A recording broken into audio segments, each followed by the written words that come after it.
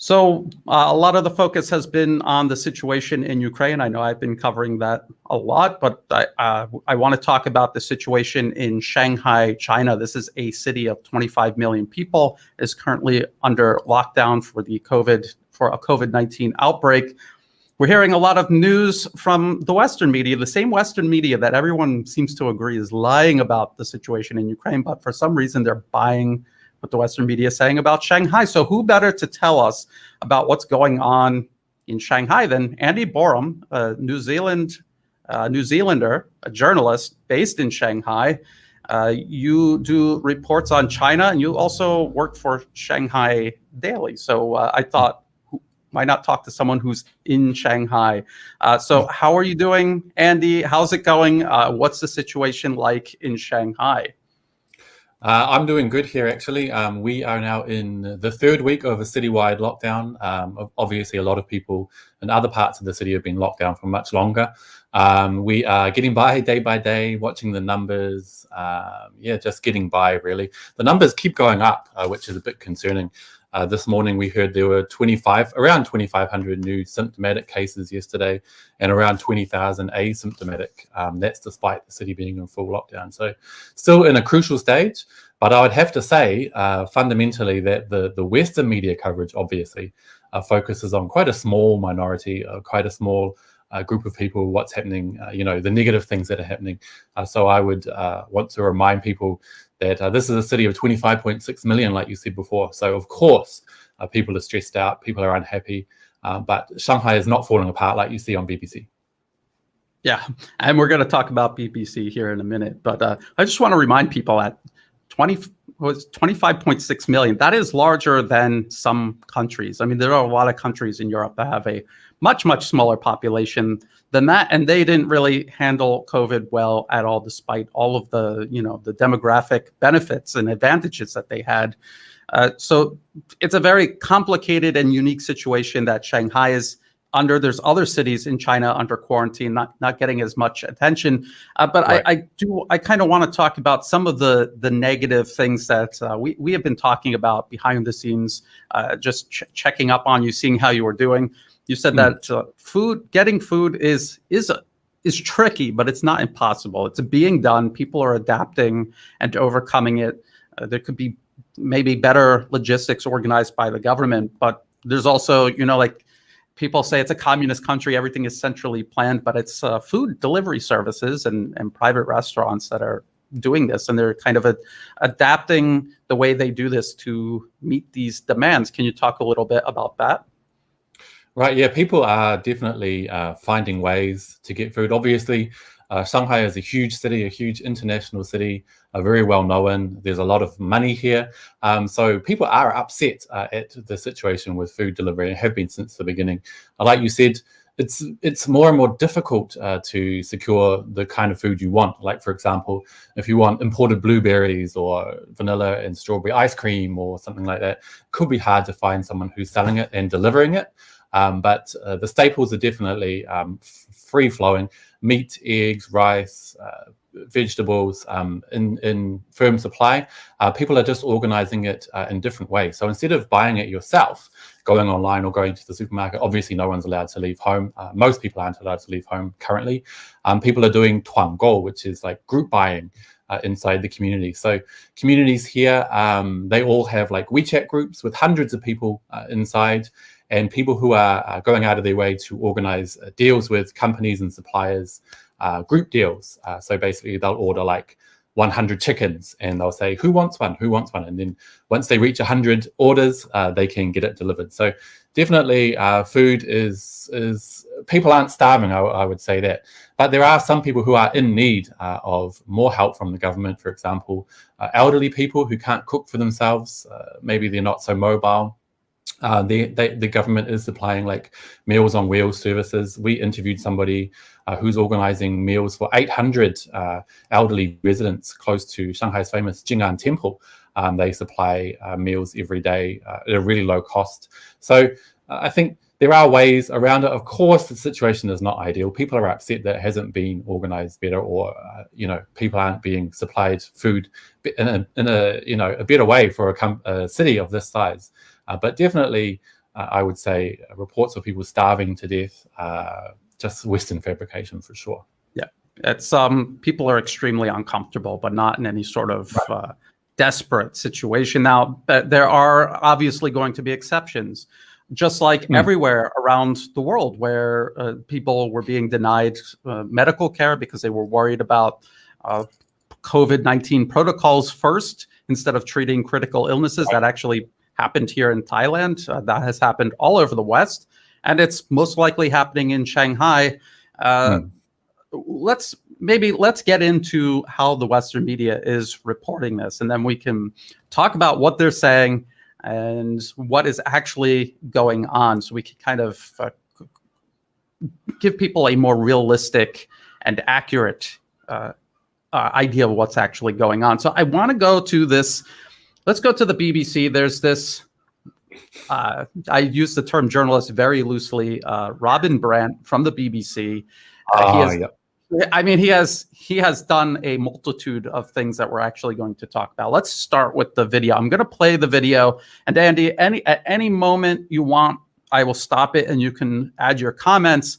And if not, we'll wait until the end and then we will talk about it. So let's see if I can do this.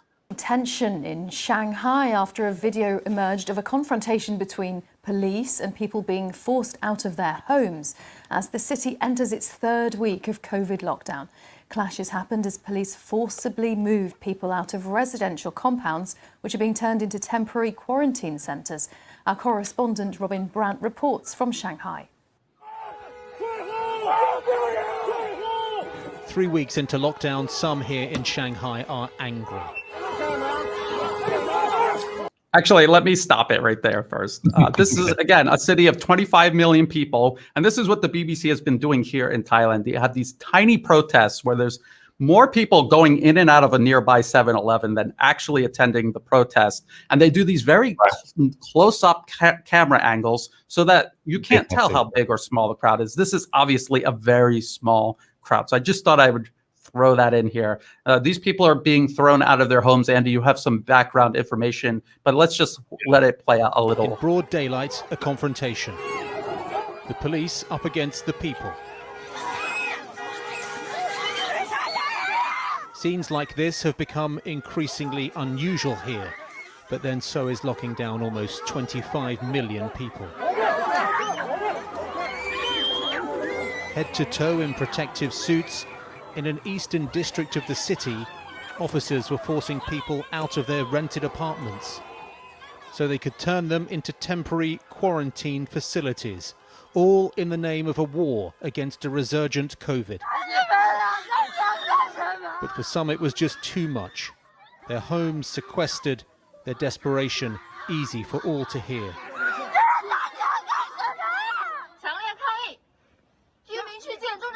A few miles away there was an organised protest, a bold stand as the lockdown takes hold. In a country where you can be arrested for picking quarrels, they're angry about a local school being turned into a... Andy, what do they mean you could be arrested for picking quarrels, starting a fight? I think you get in trouble doing that anywhere, isn't it? Or what is he talking about? Yeah. Do you even know what he's talking about? He's talking about this law that has been used in the past. For example, I remember in the LGBT movement, people would be protesting against, for LGBT rights. I'm talking back in the 80s. And then the police would arrest them and charge them with picking quarrels and making public disturbances. It's like a kind of, the Western media loves to use this as some example of a kind of random charge the police will lay. So obviously Robin is grabbing onto that. Okay. One of the only tools he has.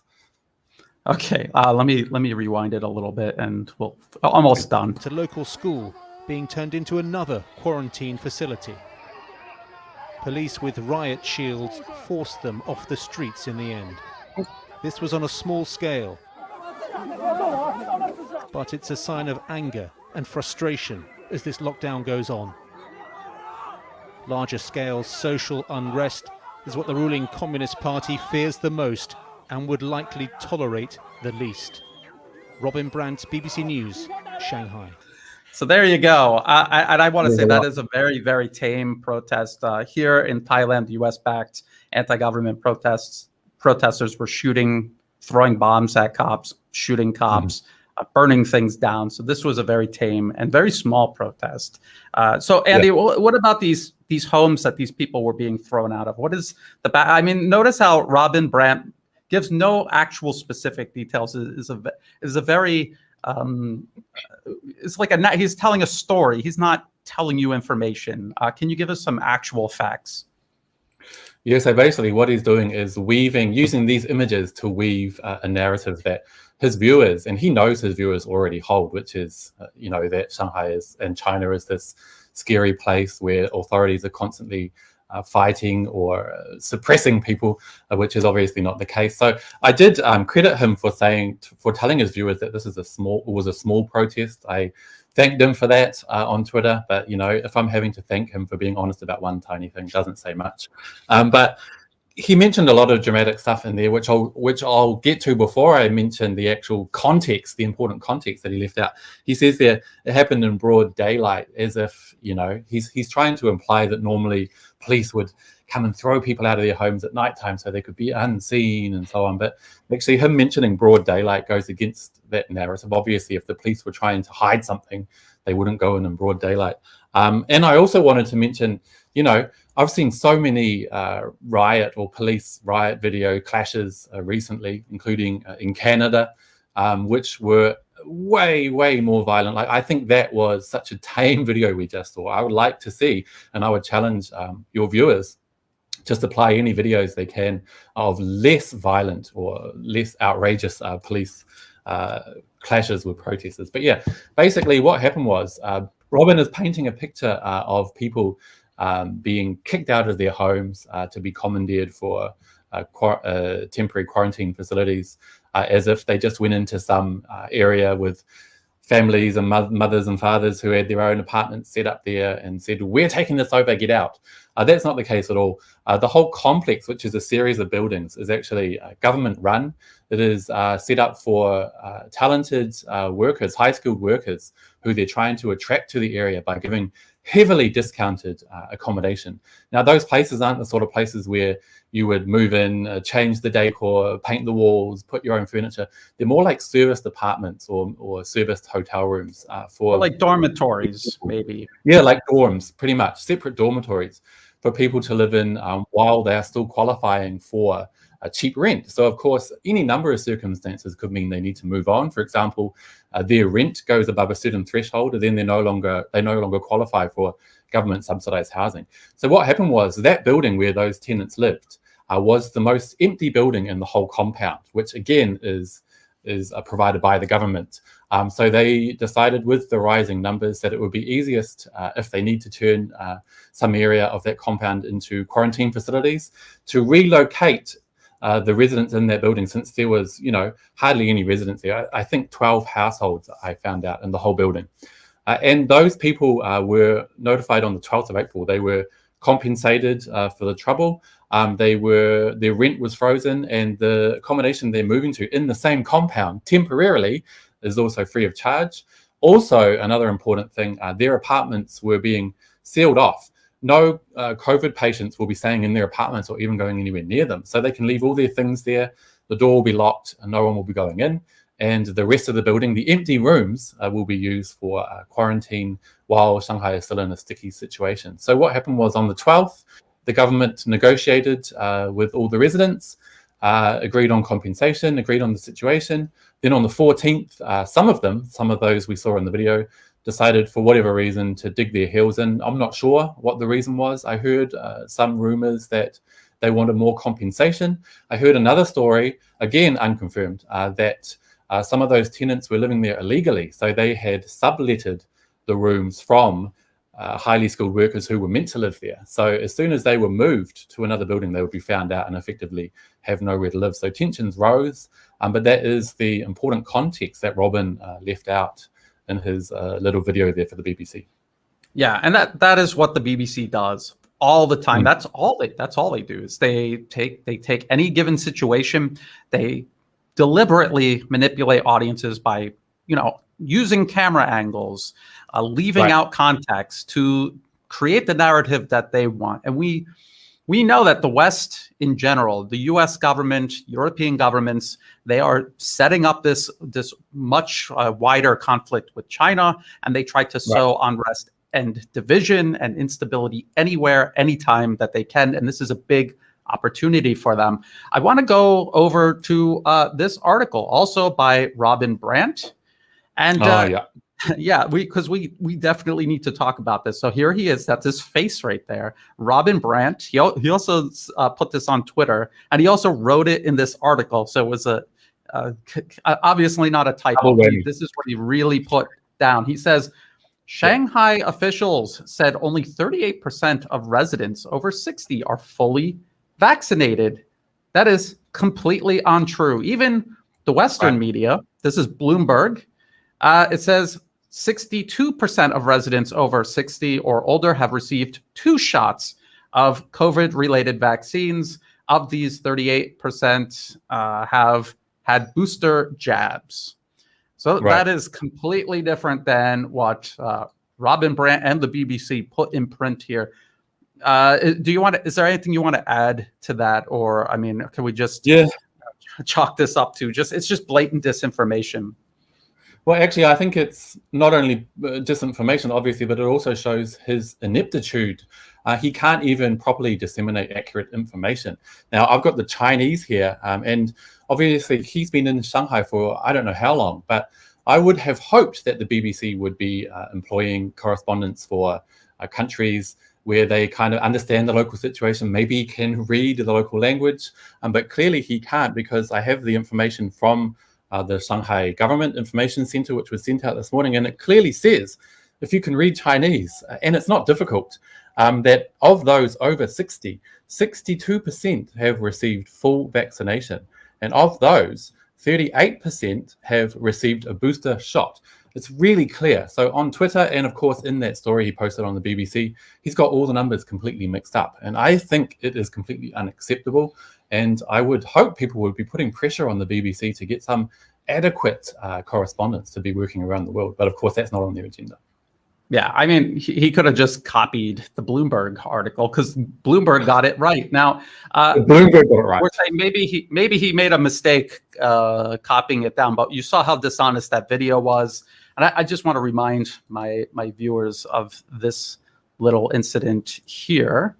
So this was a hit piece the BBC did a while back, a couple of months ago. This is Jason Lightfoot. This is the image that they have now on the article, but the original image was this, where they got CGTN wrong. Okay, they have editors. Their only job is to check this. Okay, and what they did was they literally photoshopped the image behind him to wash out the color of the trees to make China look more grim and desolate and lifeless and cold. That is what they did. And when they got caught, they switched it out, and they also put the right initials here for CGTN. This is what the BBC does. This is all they do. They are a propaganda organization masquerading as journalists, and that is what Robin Brandt is doing. So we're just trying to point this out, that the Western media, it's not just bias. There is a concerted effort to use any opportunity possible to destabilize China, to undermine China, and this is a big opportunity for them. Let's see. I want to go to this article too. So the BBC one you pointed out to me, Andy, and I went and I looked for one too that we could cover. And you had a lot of good points to make about this. Shanghai is China's richest city, but even billionaires and celebrities aren't safe from its extreme lockdown, as if they should be, right? I mean, it's like I always hear in the West how everyone is equal, and how, in Russia they've got the oligarchs, and how China, the Communist Party, they do whatever they want, and there's these double standards. But it seems to me that even rich, influential people are held to the same standards. I don't understand what's wrong with that. Exactly. Do you have any quick points you want to make about that, Andy? Yeah, this woman here, she's a big tech figure in China. She lives in Shanghai and Pudong. She obviously has a lot of money. And people were surprised, in the West, people were surprised to see that she is taking part in the Tuangou, in the group buying schemes that all of the commoners are taking part in. For some reason, people in the West, BBC here, they think that, I guess they're so used to the idea that billionaires and celebrities and people with connections can be somehow above the law. So I would imagine in the UK, if London, for example, was completely locked down, people with money, people with means, people with connections would be able to skirt. And we saw they did. We saw Boris Johnson was getting to parties and stuff while everyone was locked down. In the US, Nancy Pelosi was off getting her hair cut after she shut down hair salons and other businesses around San Francisco. So they're so used to this reality, I guess, that people in the West, if they have money and connections, can skirt the rules, that they're shocked. And they've put it in the headline there on BBC or ABC, sorry, that they're quite, that even billionaires are suffering, they say, under the situation here in Shanghai. But for Chinese people, that isn't anything new. Billionaires, tech giants, politicians, nobody is above the law. In fact, they're probably more scrutinized by the public. So I can understand how the West were shocked when they saw billionaires are also having to take part in group buying. It's everybody, everyone in China viewed as the same. No one has special privileges, and that's, I think, how it should be. I just think it's quite ironic, though, that ABC have written the story with that kind of headline. It really, if you know the situation, it's quite laughable, I reckon. Yeah, and so I'm talking to you. I have been talking to you behind the scenes because I was genuinely concerned about what was going on. But here, ABC cites Human Rights Watch senior China researcher Yachou Wang. And she said the situation in Shanghai might be worse than anyone realized. And then after that sentence, everything that she says is pure speculation based on absolutely no facts at all. And I just want to give people an idea of who these people are, because you see them referenced by Western media. You don't have any idea where they're actually coming from, but I will show you where they're coming from. Okay, so this is where your research comes in. Yeah, exactly. You have to do research if you want to know what's really going on. And she says these are the fun parts of your videos. So she says, because protecting the life and health of the actual Chinese people is never the priority of the CCP's governance, scoring political points and maintaining power is way more important. And what she's complaining about is China not handing over their human health care system to Pfizer, one of the most corrupt corporations on earth, and Pfizer and the entire West, who have not handled COVID any better than China has. That is for absolute sure. And let's look through the rest of her timeline. What she's got pinned at the top is the Tiananmen Square protests. She's supporting these agitators in Taiwan, and she's looking for any excuse at all to fearmonger.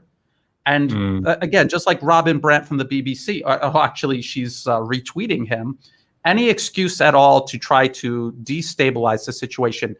She does not care. Robin Brandt, the BBC, the Western media in general, do not care what happens to the people of Shanghai. If anything, they hope it gets as bad as absolutely possible. And they're doing everything in their power to do that. They don't care about human life. They only care about scoring political points and maintaining Western power. Isn't that interesting? The projection of these people.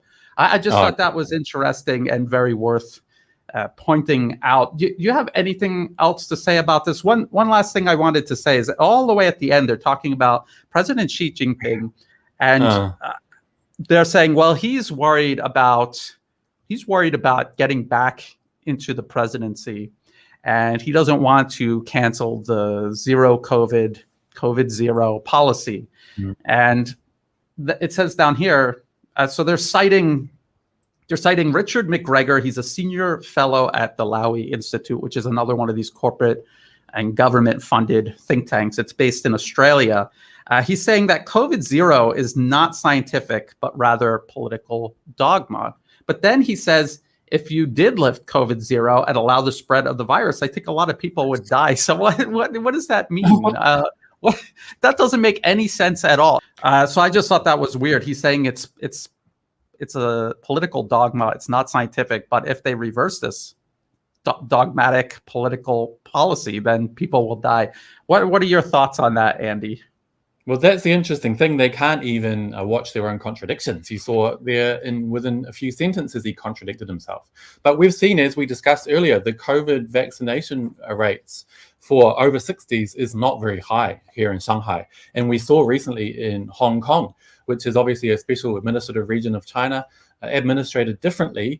They don't have the same COVID zero aims we have here on the mainland. They don't have the same strict management of the situation. And 8,000 elderly people died there who weren't vaccinated. So anyone who says that Xi Jinping is just political point scoring, doesn't care about human life, they are political point scoring, to be quite honest. And also I noticed in that article, they said, where is Xi Jinping? That also plays with the kind of trope they've been using for the past 2 years, that he hasn't gone overseas to meet anybody.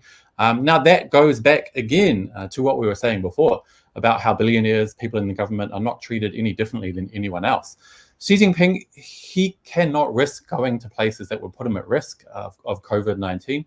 Also, if he, for example, came to Shanghai, he would have to undergo a 2-week quarantine like anybody else when he went back to Beijing. He just doesn't have time for that. So that's why we have the vice premier down here in Shanghai acting on his behalf. And it's the same reason he hasn't headed overseas. If he went overseas, he would have to undergo the same lengthy quarantine when he returned, just like everyone else here in China. So I think people, especially people who write these kind of reports, they need to really try to understand a bit better about Chinese culture, how things are done here, and then they may be able to produce some kind of more accurate reports, but I'm not holding my breath for that one. No. And isn't it interesting how we're told that China is this uncompromising dictatorship, and yet at the same exact time, President Xi Jinping is worried about whether he'll be back in the presidency or not. If it's a dictatorship, why would he have any sort of concern or doubt about that? And he's acting in a way that he thinks the people would want him to act. I mean, isn't that what a democracy would be? And also, we were talking behind the scenes about people complaining online, because people are uncomfortable. When people are uncomfortable and they're locked up, they're going to vent online. The government monitors that. They monitor it to understand how the people are thinking. And in some ways, they will react to it. Not all the time, but sometimes. And you were telling me that there was a policy where if a child tested positive, they would go to a central quarantine facility, and their parents were not allowed to accompany them, and parents were freaking out. And when they did that, the government said, okay, yeah, maybe that is not a good policy. Let's change it. You can go with the child to central quarantine. Can you explain more about that example and maybe some other examples that you have seen just during this Shanghai lockdown? Yeah, for sure. So a lot of people in the West, they believe because Twitter, YouTube, Facebook are blocked here on the Chinese mainland that Chinese people don't have any social media to vent on. Chinese social media is absolutely booming. There are just thousands and thousands of different platforms, probably dozens that are really, really popular, very influential. And Chinese people, especially people in Shanghai who are currently under lockdown, frustrated and unhappy, are venting on them. That is for sure. I'm getting sent, dozens and dozens of videos every day, dozens and dozens of rumors as well. I mean, it's just probably even more vibrant than you could imagine Twitter or anything else. And the government here watches that very closely, not just with human eyes, but also using AI, any technology they can to gauge public opinion on certain issues. It is one of the very important aspects that the government follows in order to see how the public's feeling about a certain thing. So you mentioned before that children who tested positive for COVID-19 were being sent to central quarantine facilities. If their parents were not positive as well, they were being separated. People were in an uproar about that. People were absolutely peed off. I don't know if I should swear. So what happened was a few days later, I think within a week, that policy changed. And so the government overrid the national policy for infectious diseases, which says that people who are positive must be separated from people who are negative. They overrode that and allowed negative parents to accompany their children into central facilities, which was a really good thing, really heralded by the population here. So I think it's very evident that is just one case where the government is making changes based on the people's will. And that may not be seen every 4 years with one person, one vote, but it is definitely seen on an ongoing basis every day by monitoring what's happening online.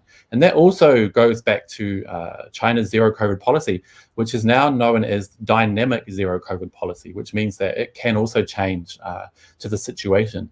So the reason that has been added to the beginning of the zero COVID title, dynamic zero COVID, is to show that the government is willing to change course based on new situations, new contexts.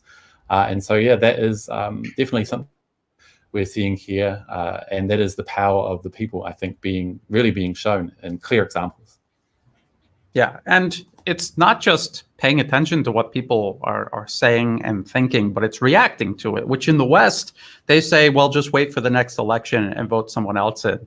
And then nothing ever changes because those people promise you one thing and then they just keep on doing what they were doing.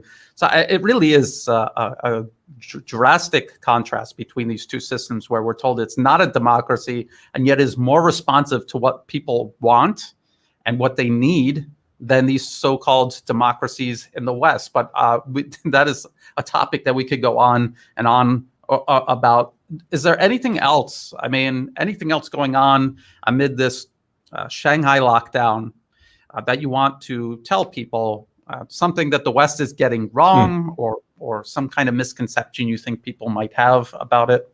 I want to, I think people should, if they're watching Western media coverage of what's happening here in Shanghai, even if they see videos, people see videos and they automatically feel that the story they're being told surrounding those videos is accurate. But context, like we've seen with that protest we covered earlier today, context is really important. So I would urge people to take what they see with a grain of salt. Also, just don't take everything as fact. Also, I want to point out that I'm by no means sugarcoating the situation here. There are definitely some failures in this lockdown here in Shanghai. Obviously, in a city of so many people, 25.6 million people, things are going wrong. One of the issues that's personal for me is people would have seen online some rogue videos of people beating pets to death. A lot of people believe that's government policy. It's not government policy, but I feel the government could act further in this situation and come out and say they don't support this action. So who is killing these pets? Well, actually, that's a good question. It's definitely people who don't have the right background information. Some people believe that the pets of positive patients can carry and pass on COVID. Of course, there's no evidence to prove that. So some people still believe that killing pets is the way to go. But that is, again, it's not government policy. It's not widespread. People are up in arms about it. Shanghai is, obviously, all of China is a pet-loving place. There are so many people in the city who have cats and dogs and other pets. So everyone was absolutely shocked when those videos surfaced. But are those like local authorities doing that, or just people taking it upon themselves to do that? That situation was actually a corgi was beaten to death in Pudong, and that was okayed by the Juweihui, the neighborhood committee there. So that Juweihui has accepted responsibility. They've agreed that it was the wrong thing to do. They've said they're going to compensate the owner of that dog. I don't think compensation is enough. And so what I want to see and hope to see is Shanghai's government come out and say, we don't support this. It would make a whole lot of people feel a lot better. But of course, at the moment, they're focusing on people problems, which there are also still a lot of. So we'll wait and see. Yeah. And again, the Western media is going to look at any possible opportunity to pounce, and they don't care about correcting the record.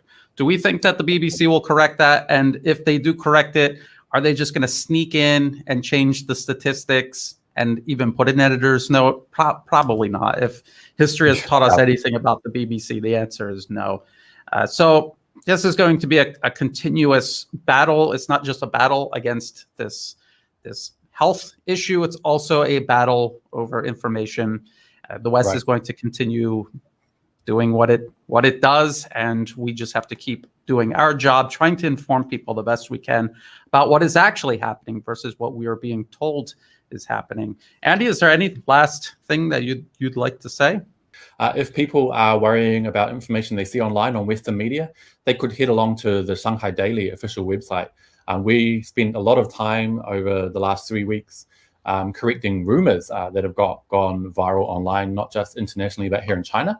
And the Shanghai Daily website is shine.cn. So it's shine.cn. And you should be able to get some timely information. It's all in English, and it's updated numerous times throughout the day.